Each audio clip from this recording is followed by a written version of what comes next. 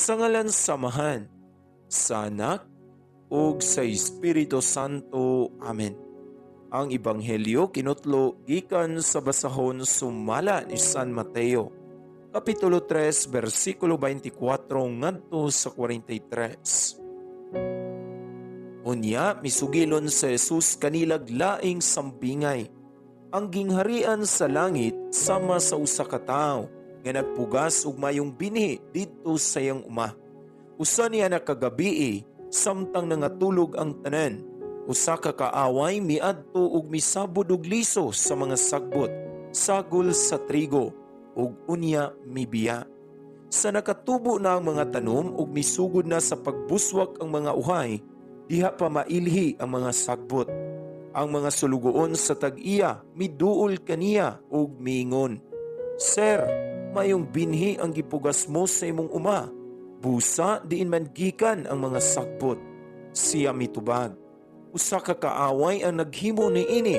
Sila nangutana kaniya, "Gusto ka bang pangitaon namo ang mga sagbot?" Siya mitubag, "Ayaw, kaysa inyo unyag pagpangibot sa mga sagbot, mapil unyag kaibot ang trigo. Pasagdi ninyo nga ang mga trigo ug ang mga sagbot magdungag tubo hangtod sa ting-ani.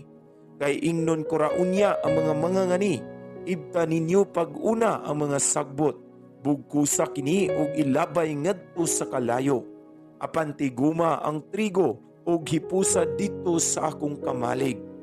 Unya misugilon si Jesus kanilag laing sambingay.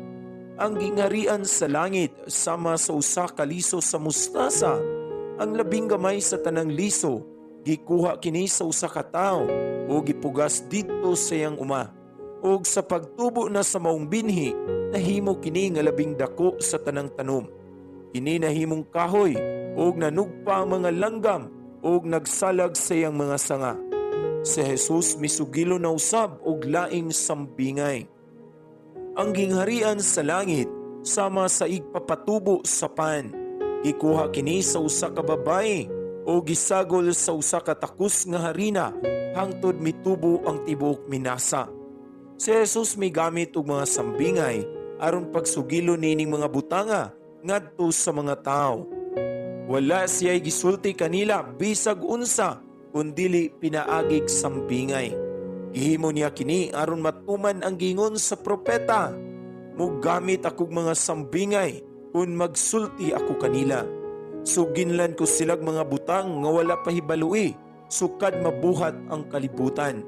Unya mibiya si Jesus sa mga tawo ug misulod sa balay. Ang iyang mga tinun-an midul kaniya ug miingon, "Sultihi kami sa kahulugan sa sambingay, mahitungod sa mga sagbot sa uma." Si Jesus mitubag, "Ang tao nga nagpugas sa mayong binhi mao ang anak sa tao. Ang uma mao ang kalibutan. Ang mayong binhi mao ang mga tao nga sakop sa gingharian. Ang mga sagbot mao ang mga tao nga sakop sa yawa. Ug ang kaaway nga nagsabot sa mga sagbot mao ang yawa. Ang pagpangani mao ang katapusan sa kalibutan, ug ang mga ngani mao ang mga anghel. Maingon nga ang mga sagbot hipuson og sunugon. Mausab kini ang mahitabo sa katapusan sa kalibutan.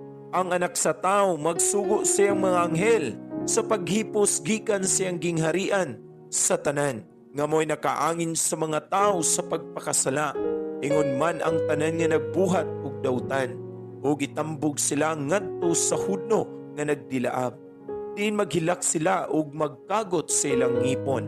Unya ang katawhan sa Dios mudanag sama sa adlaw dito sa gingharian sa ilang amahan.